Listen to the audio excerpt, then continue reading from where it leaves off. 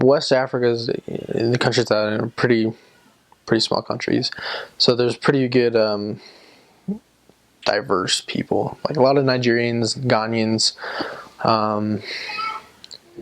and you can tell that they're Nigerian because they can speak English, but it's like Nigerian English. It's way different. I know they have Pidgin English, and they call it English, but they could be having a like Pidgin English conversation like right in front of you, and you're like, I don't even know what they're saying. Ghanaians, is pretty less thicker African accents. I see it as more, you can understand them more. There are a lot of Muslims, and a lot of times I often found that Muslims were just some of the nicest people to us. Sometimes you knock on a door and they open up and you see Muslim posters on the wall, and you're kind of like, dang it. But they're always like, yeah, come on in. I mean, not every time. Sometimes they're like, oh, we're Muslim, and you're kind of like, oh yeah, like keep doing what you're doing. Like they're like, yeah, you too. So kind of part ways. Sometimes they're like, like I kind of do want to know more, and then you kind of talk, and they're like, like I was born in this. I'm not really looking to change. I was just interested, and you're like, yeah, no problem. So I'm just there to talk to them. I mean, there have been Muslim conversions and stuff, where they changed from Muslim to Christian. Voodoo, there's, a lot of kind of voodoo influences there. I would say that there's less voodoo in Togo as in Benin, because in Benin, it's like the birthplace of it. You can kind of tell, families that have been involved in voodoo because they kind of have marks and kind of scars on their face. Don't exactly know what they mean. It's kind of, they little scratches and stuff, and you'll see some I've seen some crazy straight up gouges, and you're just kind of like, whoa. Voodoo is usually practiced by the natives. It's going to be usually Nigerians or something that's practicing it, but walking around, and it is usually in the lower end that people practice voodoo. I mean, if you were to walk around, I mean, there are sections where they're bigger houses. I kind of feel like if you didn't live in kind of like a shack, like one room thing, you kind of lived in a huge house. That's kind of how it is. You'd be walking, there'd be a giant mansion, and next to it's surrounded by lower houses, like one room houses. And it's not often that you see people practicing voodoo that live in the houses.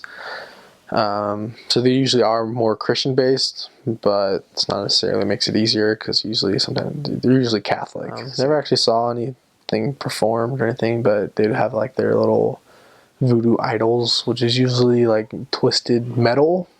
It was usually metal objects with wax, and they'd burn them, and it wasn't dolls and things like that you'd think. I mean, they do have that, but for the most part you'd see, it's kind of voodoo when you walk into what's called a parcel. What a parcel is, kind of like a little courtyard with maybe it's an L-shaped building with every family has their own room, and there might be a little idol off to the right. So you're oh, well, not everyone, but voodoo is practiced here and stuff like that. There were a few times when I was kind of around it, talking to some people. I remember one particular instance, I was talking to this guy, and he was almost 7 feet tall, big dude, kind of reminded me of Shaq.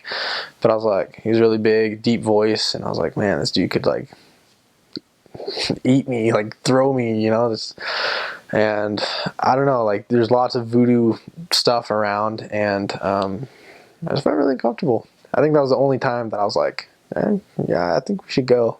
I went painting. I was yeah, I'm not feeling it. But for the most part, I didn't feel that or feel unsafe or anything. I guess some culture tips and everything. Like I said, with the water is use your judgment, but for the most part you'll be fine. Even if a lot of times I'll be no thanks, and they're come on, you have to drink some water. So you kind of just take it, put it up to your lips, and act like you're gulping, and then just pass it, and you're oh, thanks. So I've done that a lot of times where I just didn't even drink it and just passed it, but acted like I did. if you finish your food, they will put more on your plate.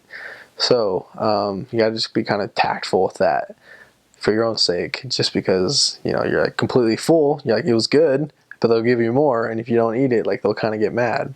So you'd be like, like I don't know. You just gotta figure it out with that person. Like it's different from every person. Sometimes some people are like, I'm full. Like it was so good. Like thank you, and they're like, okay.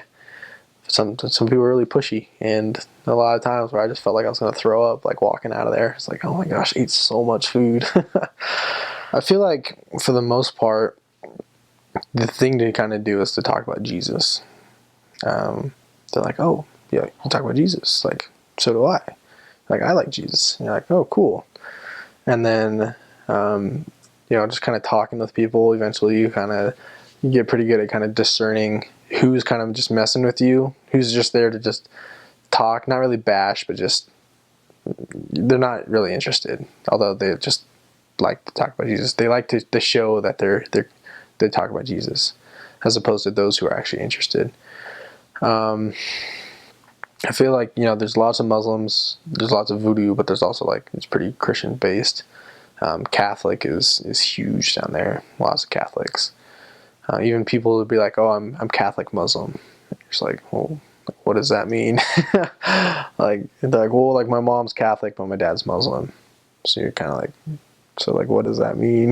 Like I don't know what you're talking about. I talked to a French person that was there once, and he just like didn't believe in God. And he was the most hard. He was like, I was like, I don't even know what to say right now, because like my whole mission, everyone knows who like God is, and you're just not used to explaining to like someone who claims to be atheist what God is. So I just had the hardest time, and nothing happened because I was like, I don't even know what to say. But everyone has that base. I never once met someone that was like, I've never heard of Jesus or something like that. Like everyone's heard of Jesus. Everyone's believes in some sort of deity. So that was cool, I guess. I mean, opposed to European missions where everyone's atheists. It's like, with investigators, you had to be pretty good at seeing, when people would progress. It's not like the European missions where, you stick with one investigator for years and years. It's kind of like, hey, they're not reading, they're not coming to church, like they're not really doing anything. Gotta drop them. And you drop them because you can find someone else. And it's usually, I wouldn't say it's easy. It's not easy, but there's definitely room to find people.